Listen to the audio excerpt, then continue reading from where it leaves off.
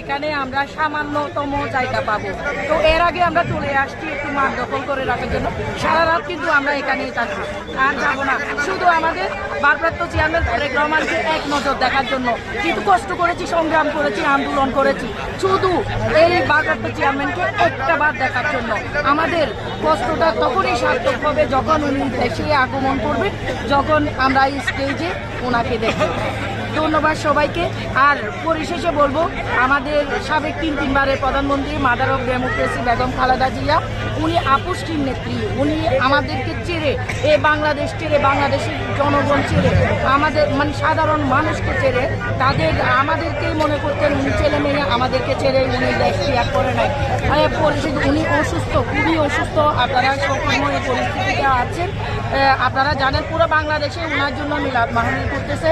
আমি সবার কাছে, পুরো দেশবাসীর কাছে আমি বলবো, আপনারা সবাই সাবেক তিনবারের প্রধানমন্ত্রী বেগম খালেদা জিয়ার জন্য দোয়া করবেন, ওনার পরিবারের জন্য দোয়া করবেন, এবং আমাদের লিডার ভারপ্রাপ্ত চেয়ারম্যান তারেক রহমানের জন্য দোয়া করবেন, উনি যেন সুস্থভাবে, সুন্দরভাবে আমাদের এই প্রোগ্রামে অ্যাটেন্ড করতে পারেন।